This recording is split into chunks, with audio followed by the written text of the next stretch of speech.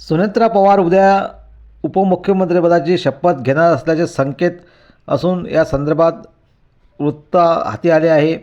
अजित पवार यांच्या अकाली निधनानंतर राज्यात पुढील उपमुख्यमंत्री कोण होणार याबाबत विविध तर्क सुरू होते. अशातच आता या संदर्भात मोठी बातमी समोर आली आहे. अजित पवार यांच्या पत्नी सुनेत्रा पवार या उद्या 31 जानेवारी रोजी सायंकाळी उपमुख्यमंत्र्याची शपथ घेणार असल्याचं निश्चित झाल्याचं आहे. विशेष म्हणजे सुनेत्रा पवार या राज्याच्या पहिल्या महिला मुख्यमंत्री ठरणार आहेत. या संदर्भात ही माहिती समोर येत आहे. तर गेल्या 2 दिवसापासून दुखवटा सध्या सुरू होता राज्यात. तर उपमुख्यमंत्री कोण होणार या संदर्भातही चर्चा सुरू होती. अजित पवार यांच्या निधनानंतर उपमुख्यमंत्री कोण होणार यासाठी चर्चा सुरू असतानाच राष्ट्रवादी पक्षाचे नेते छगन भुजबळ यांनी सुनेत्रा पवार यांचं उपमुख्यमंत्री होणार असं म्हटलं.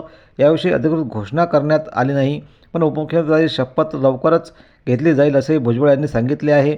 दरम्यान शनिवारी राष्ट्रवादीच्या आमदारांची गटनेता निवडीची बैठक होणार आहे.